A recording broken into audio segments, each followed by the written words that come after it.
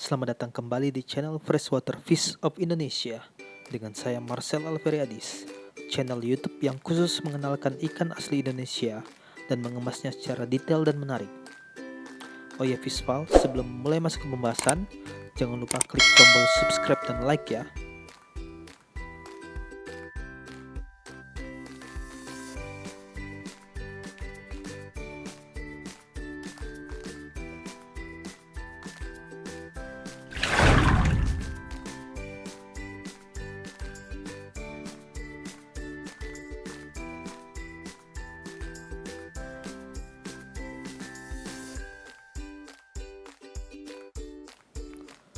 Kalian para pecinta ikan hias pasti udah gak asing lagi dengan alligator garfish, ikan gahar pemangsa kejam yang punya mulut panjang dan berukuran lumayan gede di kelasnya. Apakah pernah terlintas di benak Fishpal, ada nggak sih ikan yang memiliki bentuk yang sama dengan garfish tapi hidup di Indonesia? Nah, nggak rugi Fishpal nonton channel FFOI ini. Jawabannya ada banget malah, sampai 2 jenis lagi. Ikan ini terkenal dengan sebutan pike fish atau kalau diartikan secara harfiah artinya ikan kepala tombak. Nah, kenapa ikan ini bisa disebut ikan kepala tombak? Tidak lain karena bentuk moncongnya yang memanjang layaknya mata tombak, ditambah lagi cara menyergap mangsanya memang mirip gerakan serangan tombak loh. Makin penasaran dong dengan ikan ini untuk Fishpal pecinta ikan. Kemiripan pikehead dan garfish memang cukup mirip loh. Di antaranya rahang yang sama panjang dan bergigi tajam, dan bentuk tubuh yang serupa. Perbedaan paling mencolok ada pada panjang kedua spesies ini. Sementara pikehead hanya mampu tumbuh sepanjang 10 cm, sementara alligator garfish dapat tumbuh hingga 125 cm. Agak-agak jomplang ya bedanya, tapi mirip kok. Oh ya Fishpal, kemiripan morfologi antara dua spesies berbeda yang berada di habitat yang jauh berbeda disebut dengan istilah evolusi konvergen. Kembali lagi kita membahas pikehead ini. Di Indonesia terdapat 2 spesies pikehead, yaitu Luciocephalus pulcher atau giant pikehead dan Luciocephalus aura atau peppermint pikehead. Kali ini Fishmin akan membahas spesies Luciocephalus aura, salah satu predator terindah di dunia yang berasal dari Blackwater, Indonesia. Kita mulai dengan klasifikasi Luciocephalus aura. Kelas Anabantiformes, kelas ikan gurami dan snakehead, famili Ospronemidae, genus Luciocephalus.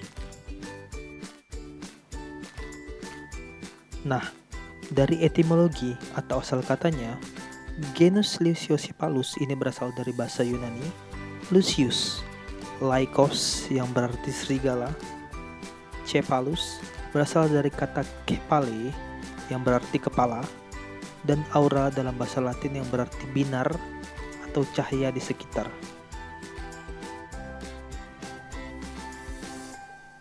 Seperti yang Fishmin bilang di atas, ikan ini dapat ditemukan di perairan gambut, yang artinya hanya ada di 2 pulau utama di Indonesia, yaitu Kalimantan dan Sumatera. Dan menurut catatan, pertama kali dideskripsikan di Sungai Batanghari, Sumatera. Kita masuk ke pembahasan saintifiknya. Menurut data yang dianalisis oleh FFOI, berikut karakter spesies ini. Tubuh streamline, tipe body compressed keeled, tipe mulut elongated, tipe ekor rounded, rumus sirip, dorsal 11-12, anal 18-21. Spesies ini memiliki ciri fisik memiliki bentuk seperti torpedo, bentuk kepala lancip, tubuh memiliki warna dasar coklat terang dengan bercak emerald yang menyebar. Mata ikan ini memiliki pupil berwarna hitam dan iris berwarna emas dengan pinggiran lebar berwarna kuning keemasan. Tubuh cenderung lembut dan bersisi kecil. Sirip pektoral memanjang dan berfungsi sebagai indera peraba tambahan, sedangkan sirip dorsal dan anal cenderung pendek. Sirip pektoral, dorsal, dan anal berwarna transparan, sedangkan sirip kaudal berwarna dasar hitam dengan bintik putih di sepanjang sirip kaudal. Tulang siripnya berwarna transparan. Mobilitas utama ikan ini terletak pada sirip pektoral, ujung sirip dorsal, dan kaudal. Spesies ini memiliki warna dasar kecoklatan dengan garis tebal hitam di sepanjang tengah lateral tubuh yang dimulai dari ujung moncong hingga ujung batang ekor. Terdapat titik-titik pearl berwarna hijau emerald di sepanjang garis tebal. Kepala berwarna cenderung gelap, dengan bagian depan sirip pektoral hingga moncong memiliki pearl hijau yang jauh lebih gemerlap. Hanya rahang bawah yang dapat digerakkan dan dapat dimekarkan, yang berguna untuk menyergap mangsanya dengan jangkauan yang lebih luas. Menurut situs Fishbase, ciri dari Luciocephalus aura ialah banyak bintik-bintik hijau warna-warni di garis tengah saat hidup. Tidak adanya pola hitam tidak beraturan pada area di bawah garis preorbital hingga pusat. Area tepat di atas dasar sirip dubur tanpa 3-4 setengah lingkaran berwarna coklat tua, yang tampak melingkar ketika tubuh dilihat dari bagian perut. Sirip ekor kecoklatan dengan 3-7 batang emas vertikal warna-warni yang sempit, dan tidak adanya tanda pada sirip dubur dan sirip perut.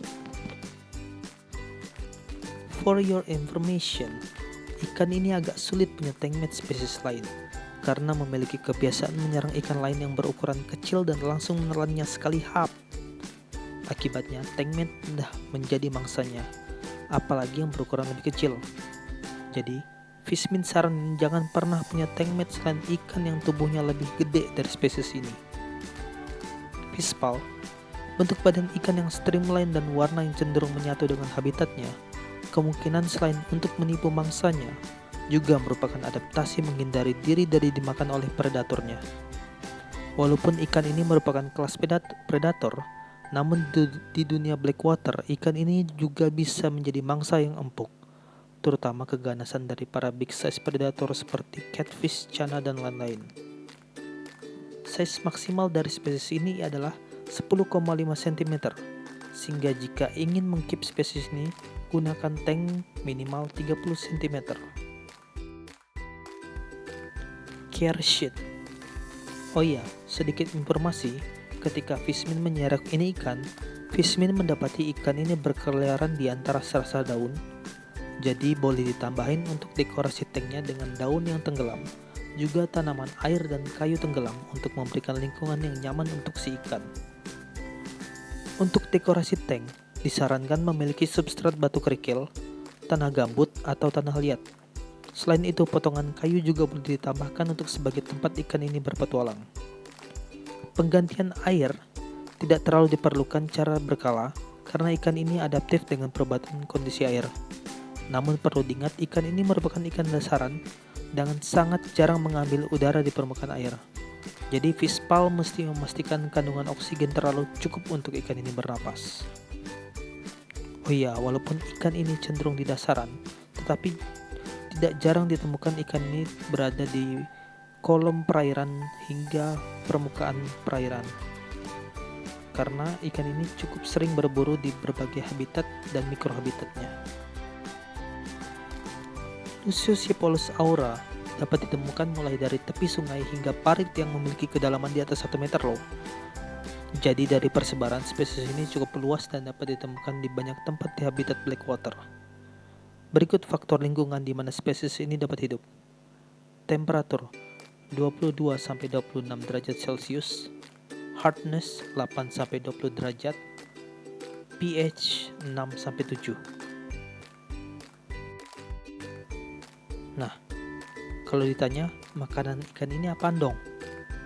Menurut data yang didapat oleh tim Freshwater Fish of Indonesia melalui pengamatan langsung, makanan dari spesies ini adalah ikan kecil dan invertebrata seperti cacing, udang, dan lain-lain. Untuk reproduksi dan breeding, spesies ini belum memiliki tipe reproduksi yang belum diketahui secara pasti. Jadi kalau kalian punya temuan tentang reproduksinya, boleh dong komentar di kolom komentar dari YouTube Freshwater Fish of Indonesia ini. tank mat. Tank mat untuk predator mini ini sebenarnya cukup mudah, yaitu tank mat harus berukuran lebih besar dari mulut si Lusiocephalus. Percaya deh, kalau nggak muat, ikan ini nggak bakal melahap tank matnya. Oke, akhirnya sampai di penghujung video. Semoga penjelasan mengenai ikan peppermint pikelet atau Lusiocephalus aura ini dapat bermanfaat ya. Oh iya, sekalian juga kasih komentar dong kalau ada informasi mengenai spesies ini yang belum Fishmin tahu, apalagi jika ada tips-tips memeliharanya. Akhir kata, Fishmin undur diri. Jangan lupa like, komen, dan share video ini ya. Salam ikan.